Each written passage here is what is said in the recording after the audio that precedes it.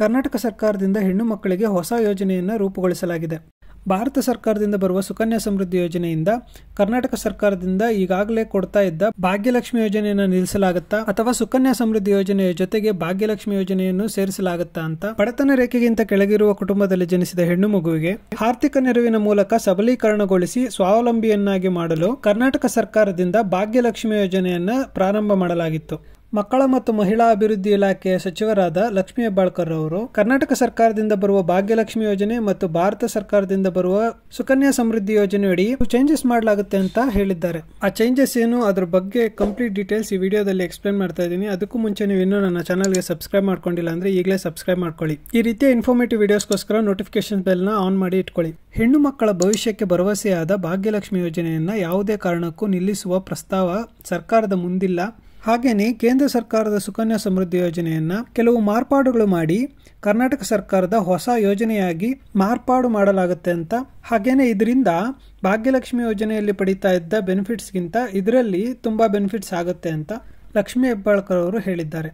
2006ರಿಂದ 2024ರವರೆಗೆ ಅಂದರೆ ಇವಾಗಿನವರೆಗೆ 23,22,267 ಅರ್ಜಿಗಳು ಸುಕನ್ಯಾ ಸಮೃದ್ಧಿ ಯೋಜನೆ ಮತ್ತು ಭಾಗ್ಯಲಕ್ಷ್ಮಿ ಯೋಜನೆಯಡಿ ಸ್ವೀಕೃತಗೊಂಡಿದೆ. ಕಳೆದ 9 ತಿಂಗಳಿನಲ್ಲಿ 1,12,000 ಅರ್ಜಿಗಳನ್ನು ಆನ್ಲೈನ್ ಮುಖಾಂತರ ನೋಂದಣಿ ಮಾಡಲಾಗಿದೆ. ಈವರೆಗೆ ಸಲ್ಲಿಕೆಯಾಗಿರುವ ಎಲ್ಲ ಅರ್ಜಿಗಳು ಸ್ವೀಕೃತವಾಗಿದೆ ಹಾಗೂ ಎಲ್ಲ ಅರ್ಜಿಗಳನ್ನು ಪರಿಶೀಲನೆ ಮಾಡಲಾಗಿದೆ. ಈ ಬಗ್ಗೆ ಯಾವುದೇ ಪೋಷಕರಿಗೂ ಆತಂಕ ಬೇಡ ಅಂತ, ಹಾಗೂ ಅದೇ ರೀತಿ ಬಾಂಡ್ ಬಂದಿಲ್ಲ ಅಂದ್ರೂ ಸಹ ಯಾವುದೇ ಚಿಂತೆ ಮಾಡೋದು ಬೇಡ. ಆನ್ಲೈನ್ ನಲ್ಲಿ ಅರ್ಜಿ ಸಲ್ಲಿಕೆ ಆಗಿದ್ರೆ ಸಾಕು. ಸೊ ಅರ್ಜಿ ಸ್ವೀಕೃತವಾಗಿದೆ. ಸೊ ಸ್ವೀಕೃತ ಆಗಿರೋ ಎಲ್ಲ ಅರ್ಜಿಗಳನ್ನು ವ್ಯಾಲಿಡ್ ಇದೆ ಅಂತ ಹೇಳ್ಬಿಟ್ಟು ಲಕ್ಷ್ಮೀ ಹೆಬ್ಬಾಳ್ಕರ್ ಅವರು ತಿಳಿಸಿದ್ದಾರೆ.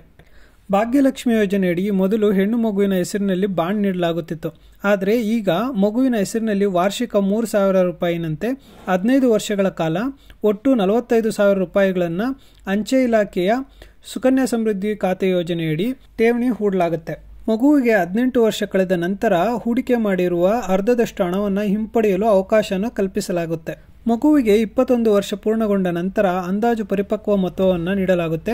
ಅಷ್ಟೇ ಅಲ್ಲ, 18 ವರ್ಷ ಪೂರ್ಣಗೊಂಡ ನಂತರ ಉನ್ನತ ವಿದ್ಯಾಭ್ಯಾಸಕ್ಕಾಗಿ ಖಾತೆಯಲ್ಲಿರುವ ಮೊತ್ತದ 50% ಭಾಗವನ್ನು ಹಿಂಪಡೆಯಬಹುದು. ಸೊ ನಿಮ್ಮ ಮನೆಯಲ್ಲಿ ಯಾವುದಾದ್ರೂ ಹೆಣ್ಣು ಮಗುವಿನ ಜನನವಾದರೆ ಇಮಿಡಿಯೇಟ್ ಆಗಿ ಭಾಗ್ಯಲಕ್ಷ್ಮಿ ಯೋಜನೆಗೆ ಅರ್ಜಿ ಹಾಕಿ ಈ ಯೋಜನೆಯ ಲಾಭವನ್ನ ಪಡೆದುಕೊಳ್ಳಿ. ಈ ರೀತಿಯ ಇನ್ಫಾರ್ಮೇಟಿವ್ ವಿಡಿಯೋಸ್ಗೋಸ್ಕರ ಕ್ರಂಚಿ ಕೆಟಲ್ ಯೂಟ್ಯೂಬ್ ಚಾನಲ್ನ ಸಬ್ಸ್ಕ್ರೈಬ್ ಮಾಡ್ಕೊಳ್ಳಿ. ಹಾಗೇನೇ ಈ ವಿಡಿಯೋಗೆ ಒಂದು ಲೈಕ್ ಮಾಡೋದು ಮಾತ್ರ ಮರಿಬೇಡಿ.